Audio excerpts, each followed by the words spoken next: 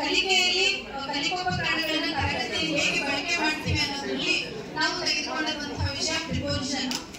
ಶಿಕ್ಷಣವನ್ನ ಮಕ್ಕಳ ಮನಸ್ಸಿಗೆ ಹೇಗೆ ಬಿತ್ತಬೇಕು ಅಂತ ಅನ್ಕೊಂಡಾಗ ನಾನು ಆಯ್ಕೆ ಮಾಡಿಕೊಂಡಂತದ್ದು TPR ಆಕ್ಟಿವಿಟೀಸ್, ಅಂದ್ರೆ ಟೋಟಲ್ ಫಿಸಿಕಲ್ ರೆಸ್ಪಾನ್ಸ್ ಅಂತ.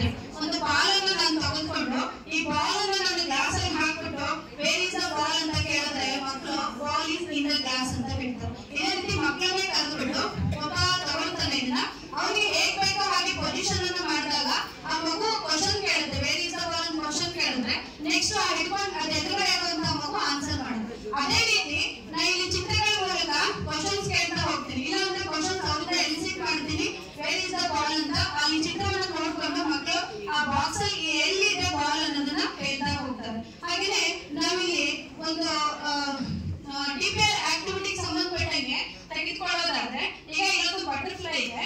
ಸೊ ಬಟರ್ಫ್ಲೈ ನಾನು ಮೂವ್ ಮಾಡಿದಾಗ ಎಲ್ಲಿ ವೇರ್ ಇಸ್ ದ ಬಟರ್ಫ್ಲೈ ಅಂತ ಕೇಳಿದ್ರೆ ಸೊ ಮಗು ಹೇಳುತ್ತೆ ಬಟರ್ಫ್ಲೈ ಅನ್ನೋದನ್ನ ಟ್ರೀ ಅಂತ. ಅದ ತಂದೆ ಆದಂತ ಇಂಗ್ಲಿಷು ಕಂಗ್ಲೀಷು ಅದರದಂತ ಸೆಂಟೆನ್ಸ್ ಅಲ್ಲಿ ಮಕ್ಕಳು ಆನ್ಸರ್ ಮಾಡಿದಾಗ ನಾವು ಅದನ್ನ ಅಪ್ರಿಶಿಯೇಟ್ ಮಾಡ್ತೀವಿ. ಕಂಪ್ಲೀಟ್ ಆಗಿ ಗ್ರಾಮೆಟಿಕಲ್ ಆಗಿ ಆನ್ಸರ್ ಬೇಕು ಅಂತ ಅನ್ಕೊಂಡಾಗ ನಮಗೆ ಕಷ್ಟ ಆಗುತ್ತೆ. ಹಾಗೇನೆ ಈಗ ಕಲಿಕೆಯಲ್ಲಿ ಪೋಷಕರ ಪಾತ್ರ ಏನು ಅಂತ ಅನ್ಕೊಂಡಾಗ ವಿದ್ಯಾರ್ಥಿಗಳವ್ರದ್ದು ಮುಖ್ಯವಾದಂತಹ ಏನು ಕಲಿಕಾ ಮೂಲಗಳು. ಆ ಕಲಿಕಾ ಮೂಲಗಳನ್ನ ಪೋಷಕರ ಸಹಕಾರ ಇದ್ದರೆ ಮಕ್ಕಳು ಮಾಡೋದಕ್ಕೆ ಸಾಧ್ಯ ಇಲ್ಲ.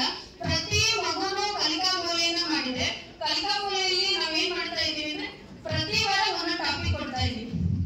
ಆ ಟಾಪಿಕ್ ಅಲ್ಲಿ ಮಗುಗೆ ಇವತ್ತು ನೀವು ಕಥೆ ಹೇಳ್ಬೇಕು ಅಂದ್ರೆ ಆ ಮಗುಗೆ ಪೋಷಕರು ಕಥೆ ಹೇಳ್ತಾ ಇರೋದ್ರ ವಿಡಿಯೋ ಮಾಡಿ ಕಳಿಸ್ತಾ ಇದ್ದಾರೆ. ಆ ಕಥೆ ಹೇಳಕ್ ಏನ್ ಬೇಕು, ನಾನು ಚಾರ್ಟ್ ಇಟ್ಟರೆ ಇನ್ನೂ ತುಂಬಾ ಚೆನ್ನಾಗಿ ಕಥೆನ ಹೇಳ್ಬೋದು, ಅಥವಾ ಒಗಟನ್ನ ಬಿಡಿಸಿ ಹೇಳುವಂಥದ್ದು. ಈ ರೀತಿ ಮಕ್ಕಳೊಂದಿಗೆ ಪೋಷಕರು ಕೂಡ ಬರೀತಾ ಇದ್ದಾರೆ. ಇನ್ನು ಶಾಲೆಗಳಲ್ಲಿ ಸಮುದಾಯದ ಸಹಭಾಗಿತ್ವ ಅನ್ನೋದ್ರ ಬಗ್ಗೆ ಮೇಡಮ್ ಮಾತಾಡ್ತೀನಿ. ನಮ್ಮ ಶಾಲೆಯಲ್ಲಿ ಸಮುದಾಯದ ಜೊತೆ ನಾನು 2019ರಲ್ಲಿ ನಾನು ಆ ಸ್ಕೂಲಲ್ಲಿ ಪ್ರಭಾವಿ ಶಿಕ್ಷಕಿಯಾಗಿ ಕೆಲಸ ಮಾಡ್ತಾ ಇರ್ಬೇಕಾದ್ರೆ ಆ ಶಾಲೆ ತುಂಬಾ ತೊಂದರೆ ಇತ್ತು. ಆಗ ನಾನು ಸಮುದಾಯದ ಜೊತೆ ಸೇರ್ಕೊಂಡು ಮೂಕ್ ಸಂಸ್ಥೆಯಿಂದ ಆ ಶಾಲೆಗೆ ಸ್ಮಾರ್ಟ್ ಕ್ಲಾಸ್ ಮಾಡಿಸಿದೀವಿ ಮತ್ತು ಕಾಂಪೌಂಡ್ ವ್ಯವಸ್ಥೆ ಆಗಿದೆ. ಮುಖ್ಯವಾಗಿ ಮಕ್ಕಳು ಊಟ ಮಾಡೋದಕ್ಕೆ ವ್ಯವಸ್ಥೆ ಮೇಲೆ ಒಂದು ಚಾವಣಿಯನ್ನು ಹಾಕಿಸಿ ಮಕ್ಕಳಿಗೆ ವ್ಯವಸ್ಥೆಯನ್ನ ಮಾಡ್ಕೊಟ್ಟಿದ್ವಿ. ಹಾಗೆ ಮತ್ತು ಶೌಚಾಲಯದ ತೊಂದರೆ ಇತ್ತು. ಅವರು ಬಟ್ಪಾಯಟೆಕ್ ಅಂತ ಸಂಸ್ಥೆಯಿಂದ ಹೆಣ್ಣು ಮಕ್ಕಳಿಗೆ ಶೌಚಾಲಯದ ವ್ಯವಸ್ಥೆಯನ್ನ ಮಾಡಿದೀವಿ. ನಂತರ ಜೈನ್ ಕಾಲೇಜಿಂದ ಗಂಡು ಮಕ್ಕಳಿಗೆ ಶೌಚಾಲಯದ ವ್ಯವಸ್ಥೆಯನ್ನ ಮಾಡ್ಕೊಟ್ಟಿದ್ದೀವಿ. ಹಾಗೆ ಕಾಂಪಿನ್ ಅಂತಕ್ಕಂಥ ಒಂದು ಸಂಸ್ಥೆಯಿಂದ ನಮ್ಮ ಶಾಲೆಗೆ ಒಂದು ಬಿಲ್ಡಿಂಗ್ ವ್ಯವಸ್ಥೆ ಆಗ್ತಿದೆ. ಮುಖ್ಯವಾಗಿ ಮಕ್ಕಳಿಗೆ ತಟ್ಟೆಗಳು ಎಲ್ಲ ಮಕ್ಕಳು ತಟ್ಟೆಗಳನ್ನು ತರಬೇಕು ಮತ್ತು ಅದಕ್ಕೆ ಬರ್ತಕ್ಕಂಥ ಸ್ಟ್ಯಾಂಡ್ ವ್ಯವಸ್ಥೆಗಳನ್ನು ಸಹ ನಾವು ಮಾಡಿಸ್ಕೊಂಡಿದ್ದೀವಿ.